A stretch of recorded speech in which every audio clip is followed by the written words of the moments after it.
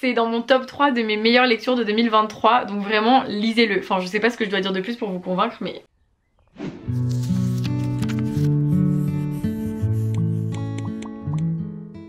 Coucou tout le monde! Je vous retrouve aujourd'hui pour vous parler de mes 7 dernières lectures. Il y a du beau livre, hein, vous avez vu niveau livre objet là, c'est joli tout ça. En vrai il y a que des bonnes lectures je crois. Hein. Bonne pioche. Dans cette vidéo je vais vous parler de If We Were Villains, puis du premier tome de Entre chiens et loups. Ensuite on parlera de Quand on dansait sur les toits, puis du roman poétique Nos cadavres d'étoiles. Ensuite ce sera le livre Pour Clara qui est un recueil de nouvelles, puis le roman Celle que je cherchais. Oh, je spoil mon avis mais oh. Et enfin Ma maison en fleurs, de la poésie encore. On commence avec le roman If We Were Villains de M.L. Rio, publié aux éditions Phoebs, qui est un incroyable livre objet et l'intérieur est tout aussi incroyable et original. C'est l'histoire de Oliver Marks qui sort enfin de prison après 10 ans. Il a été condamné pour un meurtre qu'il n'a peut-être pas commis et justement Oliver va retrouver l'inspecteur qui l'a fait condamner à l'époque. Ils vont discuter et Oliver va lui expliquer tout ce qui s'est réellement passé 10 ans plus tôt. 10 ans plus tôt, Oliver, il est dans un conservatoire parce qu'il veut devenir comédien et il se fait donc un petit groupe d'amis avec qui ils sont tous très proches, très fusionnels, comme des frères et sœurs, même s'il y a un petit peu d'amour dans le gaz entre certains. Et tout est dédié à Shakespeare dans ce conservatoire. Oliver se rend vite compte qu'il a l'impression que tout le monde joue un rôle comme sur scène, mais dans la vraie vie aussi. Il y en a des plus méchants que d'autres, il y en a des plus héroïques, il y en a des plus femmes fatales. Et lui, il se sent assez invisible, il se sent pas très utile au sein de ce groupe d'amis. Sauf qu'il va y avoir un drame et l'un des 7 amis est alors retrouvé mort. Ils vont tous devoir user de leur talent de comédien pour pouvoir faire croire à la police et même se faire croire à eux-mêmes qu'ils n'y sont pour rien. Et je n'en dis pas plus, c'est donc une enquête mais pas que, puisqu'on va vraiment suivre dès le début un peu ce groupe d'amis et être plongé au cœur de leur amitié et de leurs liens, et c'est vraiment ce qui prime tout au long du livre, ainsi que tout ce qui est culture, littérature, art, parce que vraiment dans ce livre il y a un nombre de citations de Shakespeare absolument infini je dirais.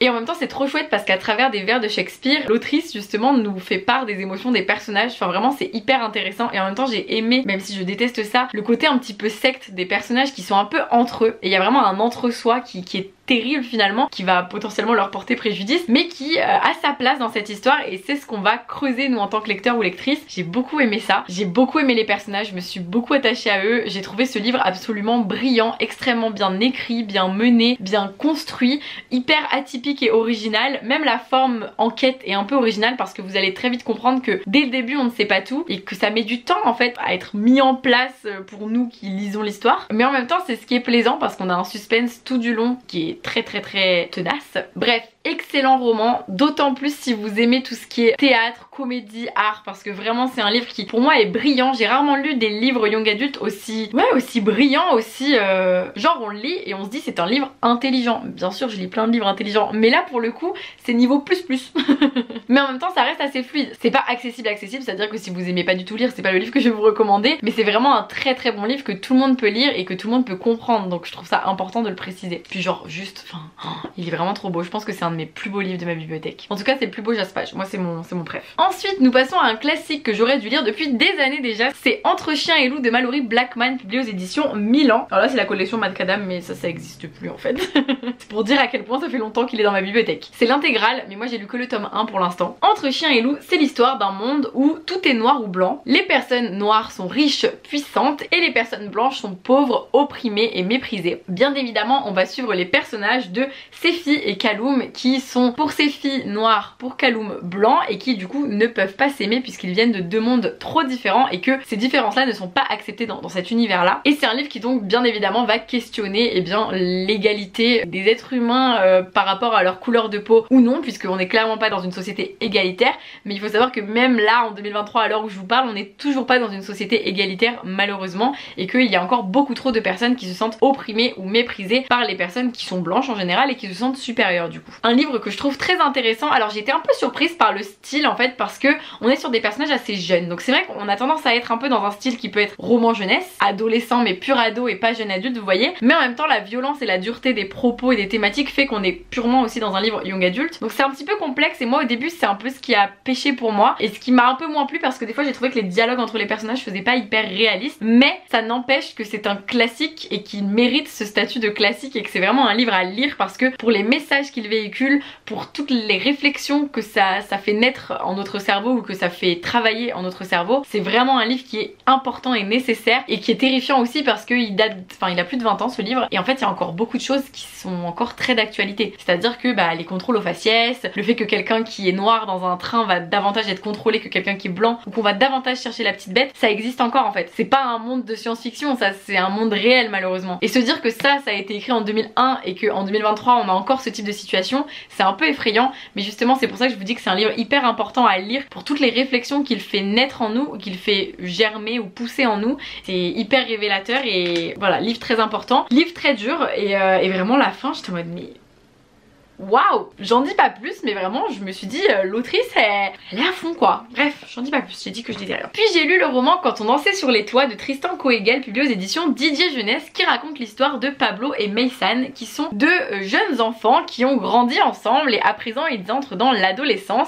Ils se sont toujours aimés, bien sûr il a fallu attendre l'adolescence pour se rendre compte que cet amour c'était potentiellement de l'amour amoureux, et donc leur vie est belle jusqu'à ce que la maladie vienne faire irruption dans leur vie. Alors c'est pas la première fois que la maladie fait irruption dans leur quotidien, mais cette fois-ci c'est plus dur. Cette fois-ci on est adolescent, on est presque adulte, on se rend compte de certaines choses dont on se rendait pas compte quand on était plus jeune, et voilà, les thématiques principales c'est ça, c'est l'amour, la famille, l'amitié, la maladie, l'avenir ou non, la peur, les questions, les doutes que tout cela engendre. Et dans ce livre on va suivre les points de vue de Pablo et Maysan. Donc du coup dès le début de l'histoire on sent qu'il s'est passé quelque chose de grave, on se dit est-ce que c'est en rapport avec cette fameuse maladie ou non, et donc on va un peu remonter le fil des souvenirs des deux personnages, de quand ils étaient plus jeunes, de quand la maladie a frappé une première fois mais qu'ils ont réussi à la combattre, et de cette nouvelle fois où elle frappe et où c'est un peu plus dur, où c'est un petit peu plus concret finalement, parce que quand ils étaient jeunes c'était un peu un jeu pour eux de combattre cette maladie, alors que maintenant qu'ils sont grands ils se rendent compte que la vie et la mort c'est pas forcément un jeu. C'est un livre avec de très belles citations, de très beaux messages, de très belle histoire en fait, mais malheureusement moi il y a un petit truc qui a été un peu négatif à mes yeux, c'est justement cette poésie très belle, elle est parfois trop, c'est à dire que cette poésie des fois elle va être dans la langue des personnages, dans les discours qu'ils vont tenir, sauf que c'est pas naturel à mes yeux, c'est pas réaliste en fait. Un ado de 14 ans ne parle pas comme ça devant sa classe, un ado de 14 ans ne pense pas forcément comme ça, ou même à 8 ans d'ailleurs non plus, enfin bref, ça c'est un peu ce qui a été dommage pour moi, c'est que du coup j'ai trouvé que les personnages manquaient de réalisme et de justesse à cause de ce style trop poétique finalement, et c'est ce qui est très beau dans l'histoire, mais c'est ce qui peut aussi lui desservir à mes yeux. Donc j'avoue que ça m'a un peu refroidi, ça reste une très belle histoire, j'ai adoré l'intrigue du début à la fin et surtout j'ai adoré les derniers chapitres, dernières pages, j'ai trouvé ça génialissime, mais je ne vous dis pas pourquoi. Vous allez pleurer, je vous préviens quand même, hein, du début à la fin du livre vous risquez de pleurer, il y a toujours des petites larmes qui viennent, voilà. C'est pour ça que je vous disais que c'était très bien écrit, ça se ressent vraiment dans l'écriture et dans les émotions que ça suscite en nous, mais il y a ce petit mais qui fait que pour moi ça manque de réalisme et que peut-être, enfin c'est pas l'histoire que je vous recommande le plus sur le thème de la maladie, même si je peux vous la recommander, pour moi ça, voilà, il y a un petit manque en fait. J'en suis la première attristée parce que vraiment j'ai quand même beaucoup aimé et j'ai surligné un nombre de pages incalculable. Enfin vraiment, il y a des citations surlignées partout, aux couleurs du livre bien sûr. Nous passons au roman Nos cadavres d'étoiles de Zoé Le Priol, publié aux éditions Gallimard Jeunesse dans la collection Scripto, un livre que j'ai reçu dans ma boîte aux lettres et tout de suite je me suis dit oh, ça me tente. C'est un roman en vers libre, donc hop je vous montre à quoi ça ressemble pour celles et ceux qui ne savent pas encore. En gros le vers libre ça se lit quand même comme un roman, mais il y a vraiment un côté très poétique, très brut, avec parfois des phrases très courtes qui changent évidemment le rythme du livre et le rythme de l'histoire, mais j'adore ça, moi c'est vraiment une passion pour moi les romans en vers libre. Ici c'est l'histoire de Swan et Vadim qui vont se rencontrer lors d'un été où tout le monde part en vacances. Vadim lui il travaille à la bibliothèque de la ville, Swan passe ses journées à la bibliothèque parce qu'elle n'a pas trop d'amis, elle est assez anxieuse, elle est assez réservée, c'est vraiment un personnage qui est pas extrêmement qui n'est pas très extraverti disons, et elle va faire donc la rencontre de Vadim et tous les deux tout de suite ça va quand même pas mal matcher, sauf que Vadim il est quand même bien plus à l'aise en société que Swan. Ils vont alors apprendre à se connaître, apprendre à se rencontrer, à en apprendre plus l'un sur l'autre et à s'apprivoiser aussi, et c'est vraiment un livre qui avec beaucoup de justesse, de sensibilité, de sensualité va parler des premières fois, des premiers amours, des premières rencontres, des premiers doutes aussi, des premières peurs, et en même temps le personnage de Swan, on va la suivre aussi au quotidien dans son côté réservé et anxieux qui compte quand même pas mal à mes yeux dans cette histoire, et aussi dans sa relation avec sa mère qui est un peu particulière. Sa mère est assez protectrice parce qu'on se rend compte que justement comme Swan est réservée, ça fait que sa mère s'inquiète davantage pour elle. Donc voilà, c'est plein de petits liens tissés entre les personnages qui vont nous faire découvrir toutes ces premières fois, et c'est hyper beau, c'est hyper touchant, hyper poétique, j'ai vraiment beaucoup aimé, j'ai adoré le style, j'ai adoré les citations que j'ai relevées, encore une fois j'ai surligné pas mal de passages. Désolée pour les puritains des livres. Donc vraiment je ne peux que vous le recommander s'il vous fait envie, parce que celui-ci vraiment c'est une petite pépite de poésie qui m'a beaucoup plu, que j'ai trouvé très touchant et qui m'a beaucoup ému. Vraiment j'ai passé un trop bon moment avec eux et ça a fait vraiment revivre les premières fois, les premiers amours, l'été, et c'est trop beau. Puis j'ai lu le recueil de nouvelles Pour Clara, nouvelles d'ado. Donc Pour Clara c'est un prix, le prix Clara, qui est remis à 7 adolescents entre 13 et 17 ans qui envoient une nouvelle, et les gagnants et gagnantes ont la chance d'être publiés dans un recueil qui est donc édité, et ils vont d'ailleurs faire une première séance de dédicace, ça. Bref, vous allez voir que la semaine prochaine, non en fait quand vous voyez cette vidéo, je suis actuellement en train de vlogger ma semaine, parce qu'en fait quand vous voyez cette vidéo, c'est le 15 novembre, c'est mon anniversaire. Et du coup je passe la journée avec les lauréats et lauréates du prix Clara, puisque je passe la journée avec elles et avec eux pour les accompagner dans toutes les étapes de leur journée de parution en gros. Même si le livre est déjà sorti, c'est la journée événement avec la cérémonie de remise du prix, avec la première séance de dédicace, une rencontre en librairie, une visite de l'Académie française, bref, sympa le programme. Et donc ici on a des nouvelles très différentes avec des regards d'adolescents et d'adolescentes, et j'ai adoré ce recueil de nouvelles. Comme d'habitude je suis épatée par le talent d'adolescents et d'adolescentes de 13 à 17 ans, enfin je suis en mode mais comment on peut écrire si bien et avoir de si bonnes idées en étant si jeune. Vraiment bravo si vous faites partie des 7 écrivains, écrivaines de ce recueil, parce que je vous admire beaucoup. Pour vous donner un petit peu les thématiques qu'il y a dans ce livre, la nouvelle de Albertine Chastanier, elle aborde un peu beaucoup la santé mentale, l'anxiété, les troubles de l'hyperactivité, etc. avec une très jolie plume et une dimension fantastique, donc j'ai trouvé ça brillant comme idée. La nouvelle de Églantine Vergé-Pion parle de thématiques sociétales, le manque de profs dans les écoles, dans les collèges, dans les lycées, l'intelligence artificielle qui prend de la place, les questions de la solitude dans un monde ultra connecté, donc je trouve ça hyper intéressant. Vraiment l'idée est brillante et la fin terrifiante. C'est la nouvelle la plus courte du recueil et pourtant elle m'a emportée en très peu de pages, et ça c'est très fort parce que moi les récits courts, vous le savez, c'est pas forcément mon truc. Ensuite la nouvelle de Emma Oudion va aborder les classes sociales, la mort et l'utilité de la mort. Il y a beaucoup de suspense, beaucoup de retournements de situation dans sa nouvelle, et c'est vraiment une très bonne idée à mes yeux qui a été abordée, donc vraiment je vous recommande cette nouvelle aussi. La nouvelle de Julia Tarin aborde l'avortement, qui à l'époque était d'ailleurs associé à la sorcellerie, donc là on est un peu dans une dimension un peu historique avec sa nouvelle, puisque ça se passe à la période de l'Inquisition, et c'est vraiment une nouvelle qui va dénoncer le patriarcat, mettre en avant la sororité, en tout cas l'importance de la sororité, et c'est une nouvelle qui est assez terrifiante, encore une fois, enfin très peu d'espoir finalement, mais en même temps comme c'est à la période de l'Inquisition, malheureusement on s'en doute. Ensuite la nouvelle de Lucie Le Bars, elle est très courte, elle est très simple et efficace à mes yeux, c'est très drôle, la plume est maîtrisée, il y a vraiment un ton qui est hyper bien adopté par l'autrice, et qui... Enfin c'est hyper court, mais je vous jure c'est marquant en fait comme petite nouvelle. Moi j'ai adoré l'idée, en plus ça aborde des thématiques intéressantes, l'ennui, l'humanité, qu'est-ce que l'humain fait de l'ennui justement, et aussi le fonctionnement d'une ville et la cohésion d'une ville, enfin bref, très intéressante cette nouvelle. La nouvelle de Maïwenn Doublé véhicule de très jolis messages. Ce que j'ai bien aimé c'est qu'il y a un peu une dimension rêve-réalité, enfin en tout cas j'ai l'impression qu'on n'est jamais vraiment sûr de ce qu'on lit, et ça j'ai beaucoup apprécié, et franchement j'ai été complètement choquée par la fin, mais j'en dis pas plus. Et enfin la nouvelle de Romane Le Duron, encore une fois une très jolie nouvelle qui ici prend le parti d'être plus poétique je dirais, donc vraiment jolie plume, jolie nouvelle, ça fait beaucoup appel à la nostalgie et donc des émotions que tout le monde connaît, tout le monde peut ressentir, donc vraiment j'ai beaucoup aimé. Donc voilà, vous avez un petit condensé de ce que j'ai pu penser de chaque nouvelle, et ouais je suis toujours aussi subjuguée par le talent de ces ados. D'ailleurs j'ai un très beau marque-page, aussi beau que les histoires qu'il y a dedans, il faut pas que je perde dedans quand même. On passe à the coup de cœur de cette sélection de mes 7 lectures. Vraiment le livre qui sort du lot parce que c'est genre une de mes meilleures lectures de 2023, donc je suis trop heureuse d'avoir lu un livre aussi beau en cette fin d'année. Ça faisait un moment que j'avais pas eu de gros coup de cœur, et là ça surpasse tout. Là mon cœur il a été emporté, mes émotions elles ont été complètement chamboulées, enfin bref je suis complètement amoureuse du roman Celle que je cherchais de Cassandre Lambert, publié aux éditions Didier Jeunesse. Déjà le livre objet sublissime, encore plus sublissime, et vraiment l'histoire à l'intérieur encore plus sublissime, c'est pour vous dire. Il y a une vraie vibe à la Qui es-tu Alaska, donc vraiment si vous avez aimé Qui es-tu Alaska, mais lisez ce livre, vous ne pouvez qu'aimer. Si vous n'avez pas aimé Qui es-tu Alaska, ne faites pas une croix sur ce livre parce que ça reste différent pour plein de choses. Donc voilà, je préviens d'avance, ce que je suis en train d'essayer de vous dire c'est que tout le monde doit lire ce livre. C'est tout, c'est le seul argument que j'ai. Celle que je cherchais, c'est l'histoire de Noah et Armel qui sont deux jeunes étudiants, donc qui passent vraiment de l'adolescence à l'âge adulte puisqu'ils entrent dans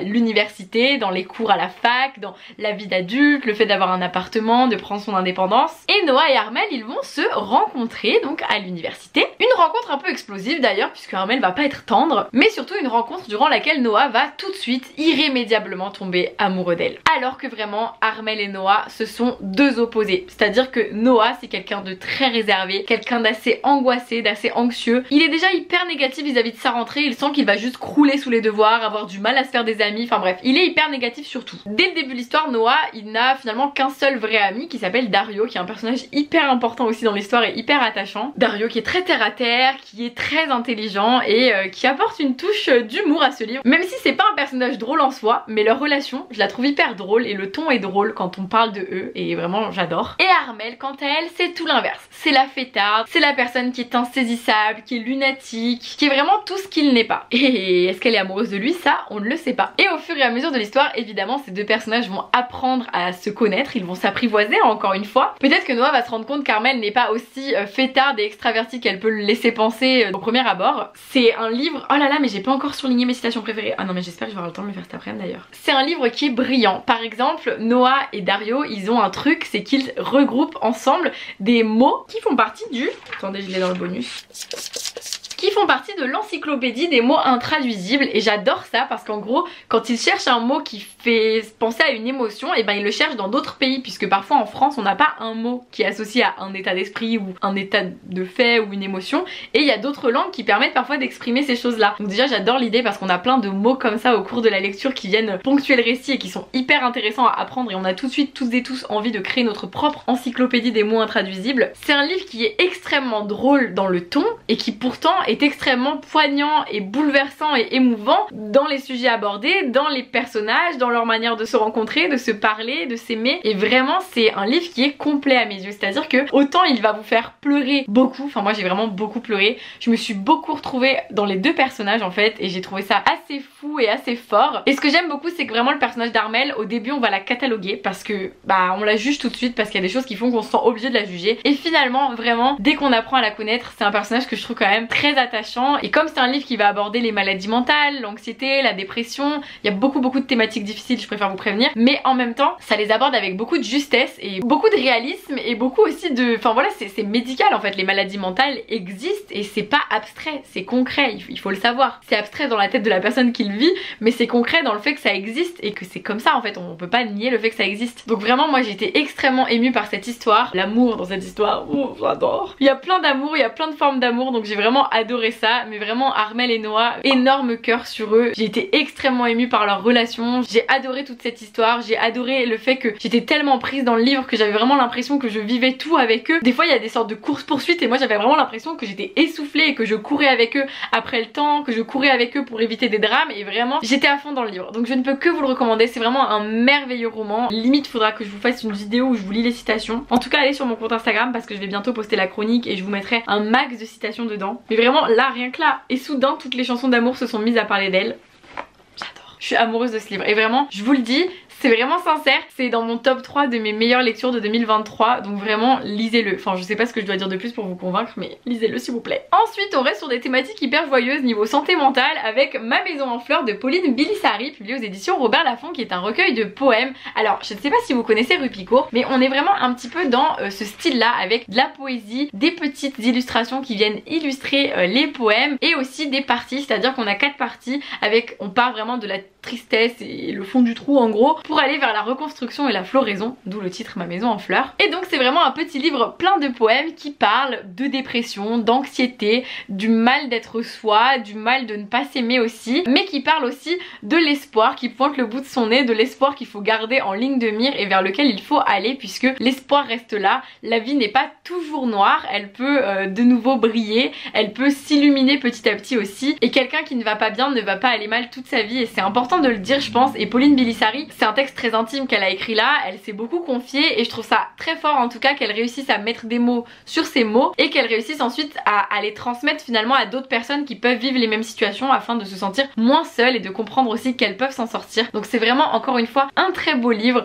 beaucoup de poèmes que j'ai surlignés et de citations que j'ai surlignées parce que c'était trop beau, ça me parlait beaucoup encore une fois. Bon évidemment là on parle de plein de livres sur l'anxiété, la dépression, tout ça, mais sachez qu'il y a quand même aussi beaucoup de positif à tout ça puisque puisqu'on voit aussi la capacité de rebond de l'être humain et du fait qu'on n'est pas condamné à être mal toute notre vie. Et je trouve ça très beau de lire des livres comme ça qui donnent de l'espoir quand même. Mais je tiens à dire quand même que c'est pas facile à lire. Si vous allez pas bien, c'est vraiment pas le livre à lire parce que ça va vous déprimer, je pense. Même si pour le coup là je trouve que la partie positive vient bien équilibrer le négatif, ça reste difficile. Moi mon seul bémol pour ce type de livre, c'est que j'ai l'impression qu'on est tout le temps sur du Rupicourt en fait. On est tout le temps sur 4 parties, 4 états d'esprit, on est tout le temps sur la destruction, la tristesse, le mal-être et on va vers la reconstruction, le fait d'aller mieux. Et c'est vrai que je trouve ça dommage parce que du coup je trouve que ça manque d'originalité. C'est à dire que ce livre je l'ai beaucoup aimé, j'ai pris beaucoup de plaisir à le lire, mais j'aurais aimé que finalement la patte de l'autrice soit plus originale que ça, parce que là j'ai l'impression qu'on est toujours sur le même schéma de Rupicourt en gros. C'est pas grave en soi, hein. Ça change pas le talent ou la justesse des poèmes ou la beauté des textes, mais ça change que j'aimerais être surprise par de la poésie et que pour l'instant quand on est sur ce type de recueil là, je ne le suis pas. Donc c'est dommage et je préfère prévenir aussi pour que vous sachiez en vous lançant dedans que bah il y a un peu ce côté vu et revu à la Rupicourt. Même si les poèmes sont propres à l'autrice, donc là pour le coup c'est pas Rupicourt, ça pas du tout. Bref, en tout cas, très beau recueil de poésie que j'ai lu pour le mardi poésie. Je vous remets la petite miniature de ma vidéo ici où je vous ai parlé d'un challenge que je voulais relever et lire plus de poésie en cette fin d'année, donc c'est pas fameux pour l'instant, mais écoutez, on fera un petit bilan à la fin de l'année hein. Bref, voilà pour mes 7 dernières lectures. J'espère que cette vidéo vous a plu. Dites-moi dans les commentaires quel livre vous fait le plus envie, j'ai hâte de savoir. J'espère que c'est mon coup de cœur, mais en vrai il y en a plein, j'espère qu'ils vous font envie parce qu'ils sont tellement différents et tellement complémentaires en même temps. Bref, dites-moi tout dans les commentaires. Comme d'habitude, n'hésitez pas à laisser un petit pouce en l'air, à laisser un commentaire, à vous abonner à la chaîne si ce n'est pas le cas et si vous aimez mes vidéos. Et sur ce, je vous fais plein de bisous et je vous dis à très vite pour la prochaine vidéo. Passez de très belles lectures d'ici là. Bisous.